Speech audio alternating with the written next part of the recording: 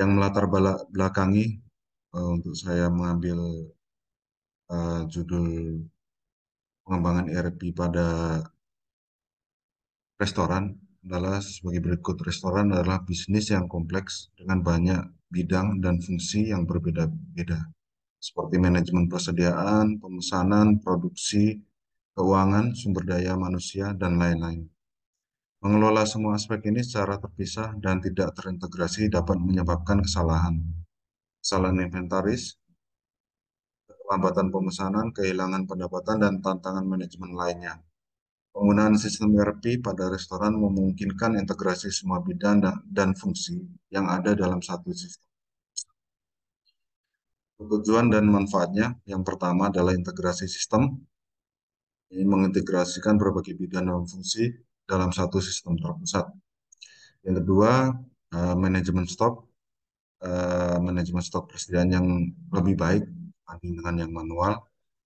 Yang ketiga adalah pengambilan keputusan yang untuk membantu dari manajemen pilih restoran untuk mengambil keputusan yang lebih baik. Yang keempat adalah efisiensi, tentunya untuk peningkatan efisiensi operasional.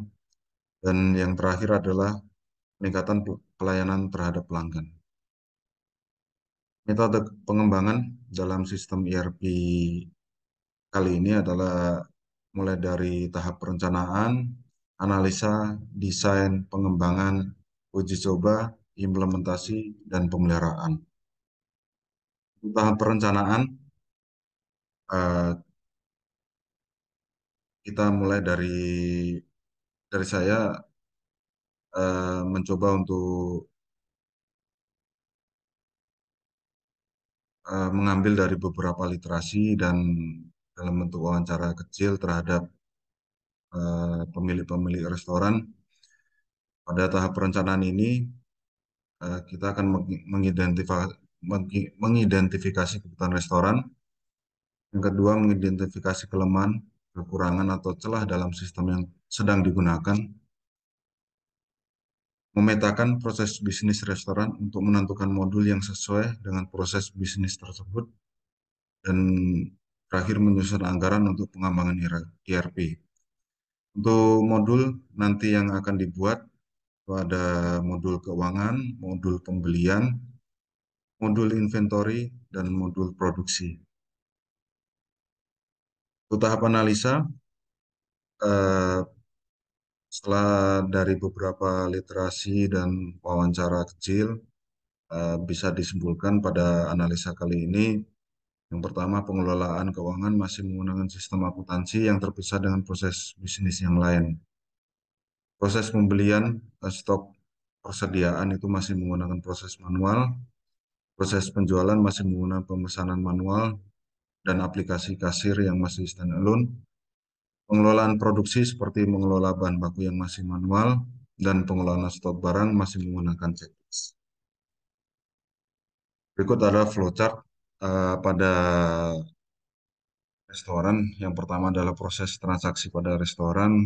Itu mulai dari pelanggan memesan makanan, dari pelayan eh, mencatat pesanan tersebut jika masih tersedia, maka dari pelayan langsung meneruskan ke petugas dapur, yaitu menyiapkan bahan baku dan mengolah makanan pesanan. Dari catatan pesanan yang dibuat oleh pelayan, itu langsung dibuatkan nota. Dari tugas dapur, setelah makanan tersebut tersedia, dari pelayan itu menyajikan makanan dan menyampaikan, memberikan makanan tersebut ke pelanggan. Setelah pelanggan selesai memakan, eh, pelanggan membayar pesanan yang dari nota yang telah dicatat oleh pelayan dan uang pembayaran. Dari uang pembayaran dari pelayan itu input data manual di aplikasi kasir. Dari keluaran dari aplikasi kasir itu terbentuklah nota yang diterima oleh pelanggan. Dan juga data aktivitas penjualan yang akan diolah oleh admin sebagai laporan data, laporan membuat laporan penjualan. Eh, Laporan ini selain dari aktivitas penjualan itu dari bahan baku yang telah dikeluarkan. Dari laporan terbentuk rekapitulasi penjualan yang disampaikan oleh pimpinan atau pemilik restoran. Yang kedua, flowchart kedua yaitu persediaan bahan baku. Dari petugas dapur mengecek persediaan bahan baku yang diterima dari admin, data persediaan bahan baku. Jika tersedia, jika tidak tersedia, maka dari petugas dapur membuat pesanan bahan berupa bon pesanan yang diserahkan ke admin untuk disiapkan dananya. Dari dana yang diberikan oleh admin diserahkan kembali ke petugas dapur untuk membeli bahan baku. Data setelah bahan baku terbeli, eh, maka dari petugas dapur menyampaikan ke admin eh, data baku masuk dan nomor laporan persediaan, dan terbentuk rekapitulasi persediaan yang diterima oleh pimpinan atau pemilik restoran.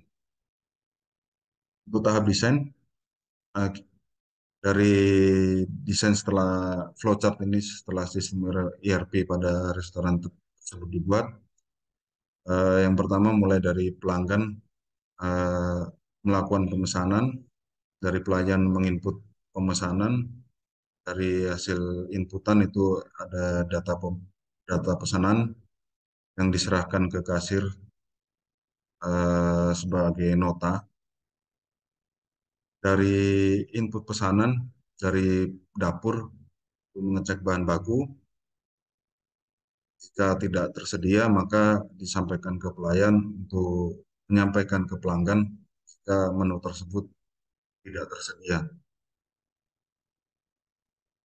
Dan juga dari dapur langsung melakukan pemesanan bahan baku berupa surat permintaan barang yang diterima oleh admin untuk menyiapkan anggaran. Dan ke petugas gudang untuk menyiapkan berkas pembelian dan melakukan pembelian bahan baku ke supplier melalui surat pesanan barang. Dari supplier menyiapkan barang pesanan dan mengirim bahan pesanan eh, termasuk dengan kwitansi pembelian yang akan dilakukan pembayarannya oleh admin. Dari setelah dilakukan pembayaran, petugas gudang menerima bahan baku dan dicatat sebagai stok persediaan bahan baku.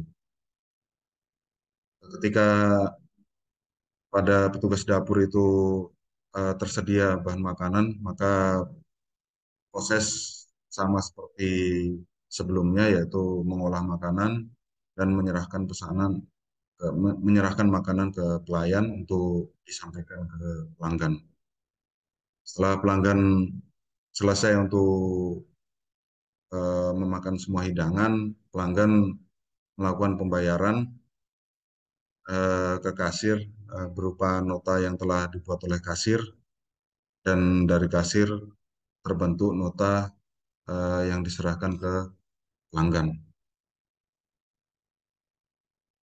Dari nota tersebut juga dan hasil dari kwitansi pembelian stok persediaan bahan baku akan langsung diterima oleh pemilik restoran sebagai laporan.